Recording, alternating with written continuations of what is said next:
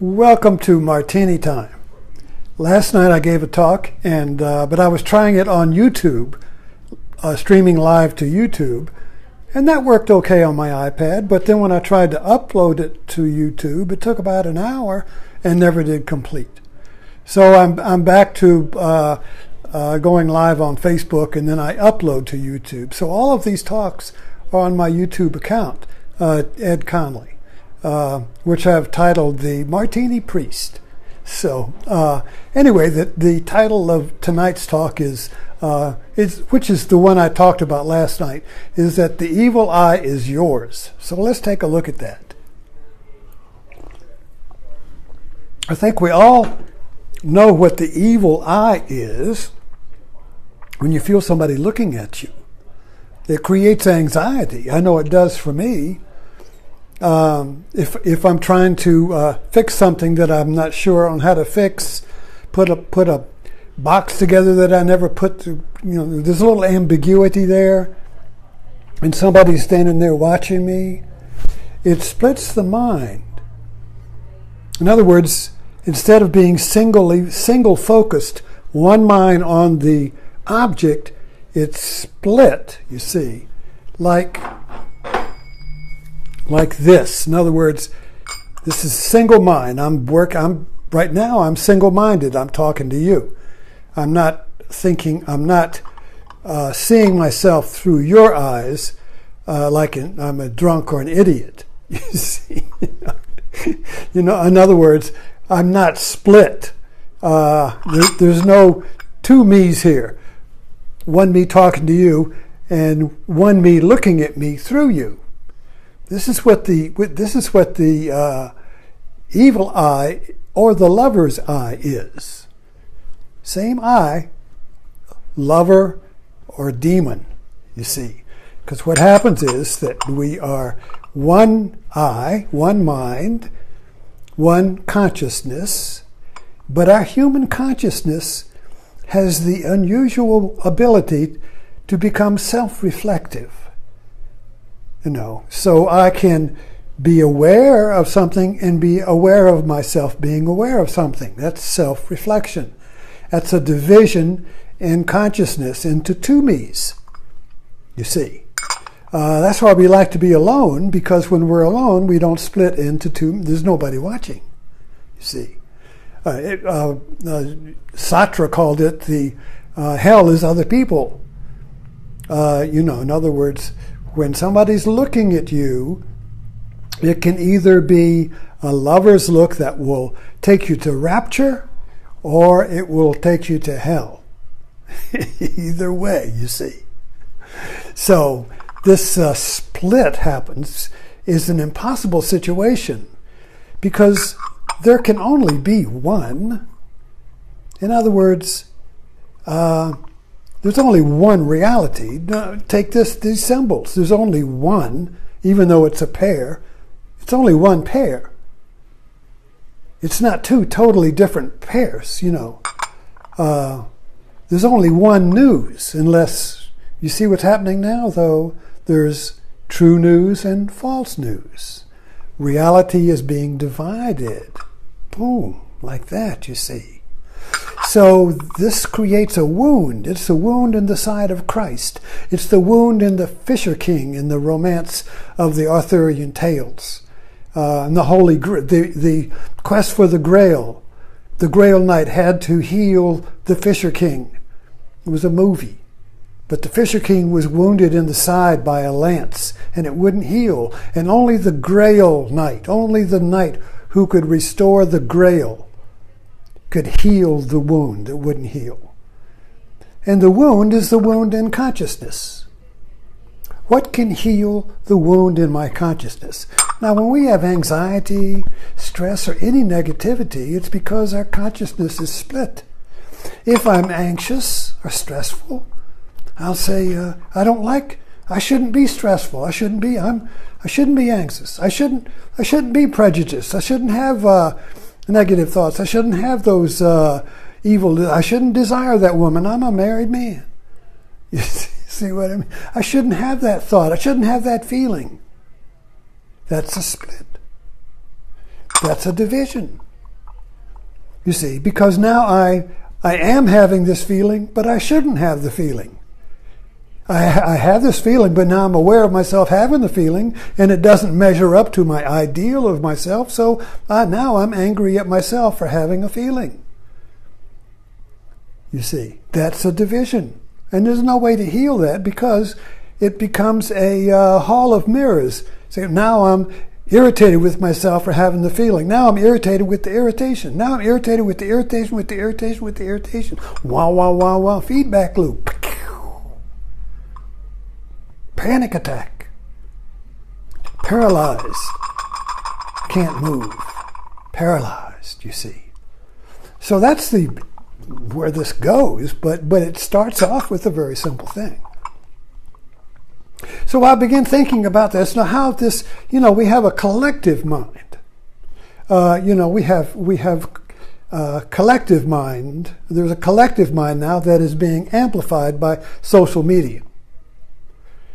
It was kind of like on the back burner with print media when all of our news came through the print. A day-old newspaper, and you read about it, well, that's information. But media news comes hot, comes fresh, comes real-time. And it's creating an evil eye. It's creating a division in the collective consciousness of America. I talk about this a lot, but I can't help it. So I've been watching soccer today. I like to watch soccer during the finals. And really, there's several interesting things about it. So I watched 2 games today. And the emotional intensity of the crowds is mind-blowing. I mean, they're weeping. They're in rapture. And then they're weeping again. Then there's rapture again. And then finally this roller coaster comes to the end in a climax. And then there's the eruption of joy and ecstasy and the bottom of the pits of despair and loss and death. So it's a game of life and death, loss. And it seems to me, let me put this down, that because, soccer is a national, the World Cup is national soccer. The soccer during the rest of the year is local soccer. So you have local gods fighting each other. In like in England has its soccer teams, and every country has its own soccer teams. And so these are local gods. Like Liverpool or my city has a soccer team, and that's my local god. And it's fighting the other gods, And so then, but then the World Cup, and I'm not sure how they choose the teams, but the World Cup is kind of like Zoroastrianism. This is kind of like a cosmic war. These are all national gods, you see. So the national god of Russia is fighting today the national god of Croatia. And tiny Croatia beat Russia, the giant, you see. But anyway, so all these are national gods. It's nationalism. Nationalism is when God becomes your nation. And then the religion of nationalism is patriotism. And soccer is kind of like a vicarious warfare. Europe used to have physical wars. Now they don't. They have soccer wars. But the emotional intensity seems to me as being the same if it was a real war. As if Croatia actually defeated Russia and laid waste to it. The emotional intensity would not be any different, you see. So how does that work in our politics now? So I talked about this the other day. Let's get back, and don't forget the evil eye, because that's what I wanted to bring about. But all right, so then, let me get back to my little prop here, a little metaphor. So you get the politics today, American politics, thanks to the media, social media, is kind of like soccer. So now you have the left and the right. There are two teams, the left, and these are like, each one has its own God. Each one is nationalism. It's kind of like the nation has divided into two nations, each with its own news, each with its own values, each with its own logic, and each with its own leaders, its generals, you see. And of course, Trump, the president, is supposed to be the leader of both parties, but it turns out now that the president is the leader of his nation, the nation of Trump, and then you have the nation of liberals or progressives and everything. Of course, they don't have any single leader yet. So there's kind of like two soccer teams, and now we have the strange effect that each one has its own news. So to Trump, their news is true news, and to the liberal God, their news is fake news. Now that's a schizophrenia. I mean, that's a split in the national mind when you have two separate realities. And the facts that the news that are reported, just the facts, ma'am, support either view. So this is like if I say this is a symbol. That's a fact. So the news on the right would say, no, that's fake news. It's not a symbol. These are earmuffs for a person who wants to hear the ocean when they talk. Oh, I can hear the ocean. You see, that's what this is. And the other one says, no, they're symbols for making music. No, no, those are for hearing the thing, It gets about that stupid. So we're kind of like having a national soccer game that goes on for 4 years. And we can't wait for the next 4-year season to start, you see. And all during the 4 years, there are little skirmishes, little soccer games. Each state has its own little soccer games. And the emotional intensity grows. And the ecstasy when one wins and the despair when the other loses, you see. And it seems to me that that's become the game now. So if you're on the Trump side, the other side then becomes the evil eye. Are you calling me deplorable? Are you looking at me and calling me despicable? Are you looking at me and calling me a redneck? Are you looking at me and calling me something? And the other side, are you looking at me and calling me a wussy? Are you looking at me and calling me